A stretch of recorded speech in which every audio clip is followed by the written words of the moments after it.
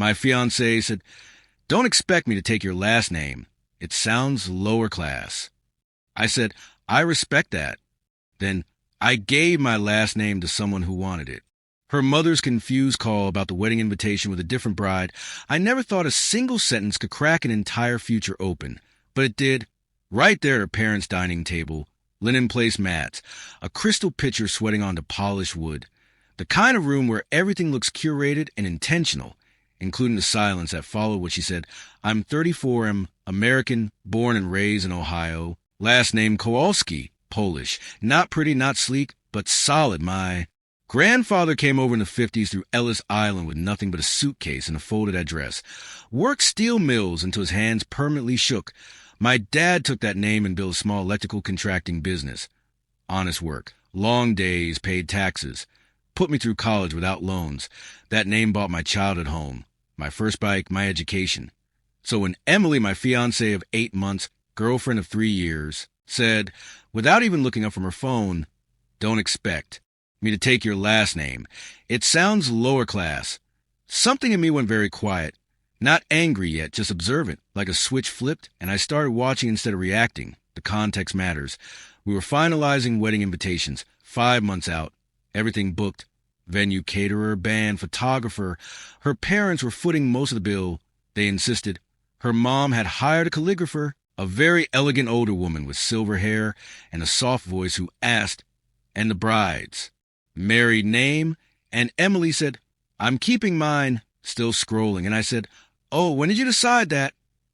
Genuinely curious, we had talked kids, houses, finances, but not this. She shrugged and said, "Always planned to. My name is my brand."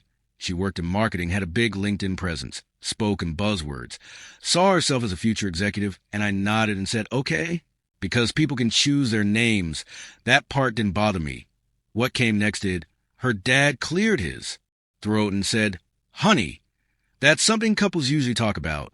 And that's when she finally looked at me and said, "No offense, but your last name sounds kind of lower class." No offense. Those words never softened anything. The room froze. Her mom inhaled sharply. The calligrapher pretended to be very focused on her pen, and I felt my chest tighten, not from insult alone, but from how casually she said it, like it was obvious, like everyone knew, like it was embarrassing I hadn't realized. It myself, I repeated it quietly, "Lower class." And she rolled her eyes and said, "You know what I mean? It's hard to pronounce. Mine sounds more professional, more sophisticated." And I asked, "What's sophisticated about insulting my family?" And she sighed like I was being difficult. Her mom jumped in with, "Let's all calm down." And I said, "I'm calm. I just learned something important." We drove home separately. She said she needed space. I sat in my apartment that night replaying it. The way she said it, the tone, the implication that she'd been thinking it for a long time, that my name, my family, my background were things she tolerated until they inconvenienced her image. I called her the next morning and said, "We need to talk about yesterday." And she laughed and said, "Oh my God, are you still upset?" And something in me hardened. I said, "Calling my family name lower class is messed up." And she said, I said, "No offense." And I said, "That doesn't erase it." And she said, "You're being dramatic. It's just a name." And I said, "Exactly. So why is mine too low for you?" And she paused and said, "Fine. I'm sorry you're sensitive about it." And I said, "That's not an apology." And she said, "I don't have time for this. I have a meeting," and hung up. I stared at my phone for a long time. Then I opened our vendor contracts, because that's how my brain works under stress. Venue was in my name. I had paid the $4,500 deposit. Refundable up to 6 months out. Photographer was hers. Band was mine. $1,200 non-refundable. Catering split. We were 5 months and a week out. I did the math.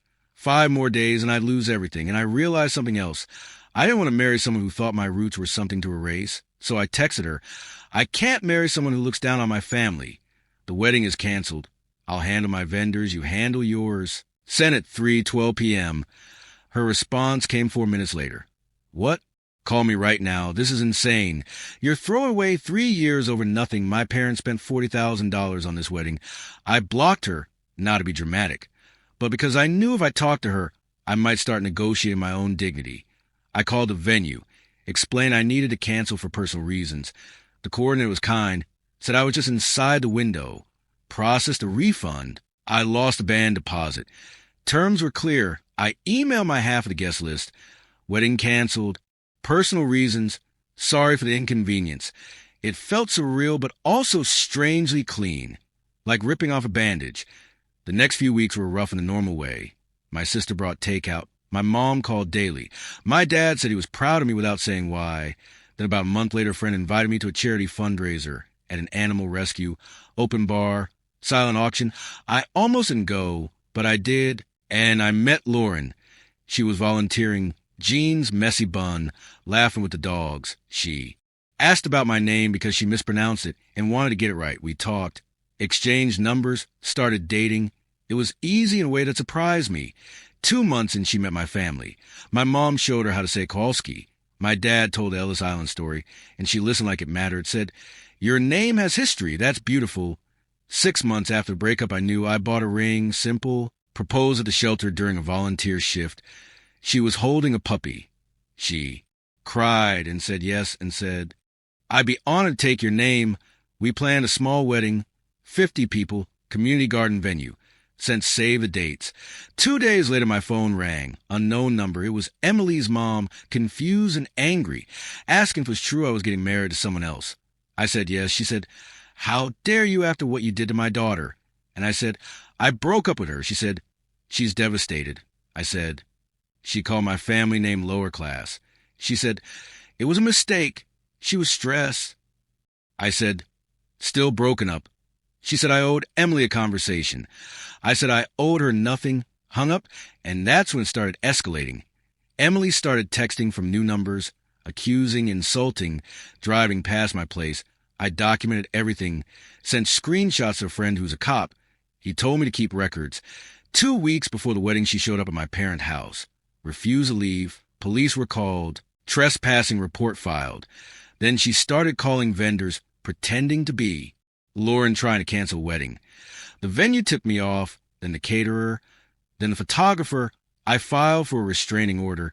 She sent emails to my guests claiming I was abusive. I screenshot everything. Her dad called to apologize, warned me she was talking about fixing everything. I hired security for the wedding. The restraining order was granted 2 days before. 500 feet, no contact. She showed up on the wedding day anyway. Security intercepted her. She was escorted off. The ceremony was perfect. Lauren took my name proudly, said it in her vows. We danced, laughed, went on our honeymoon. Came back to voicemails from block numbers. All Emily, angry, delusional. I reported them. She was arrested for violating the restraining order. Small claims court followed. She sued me for emotional distress. Lost.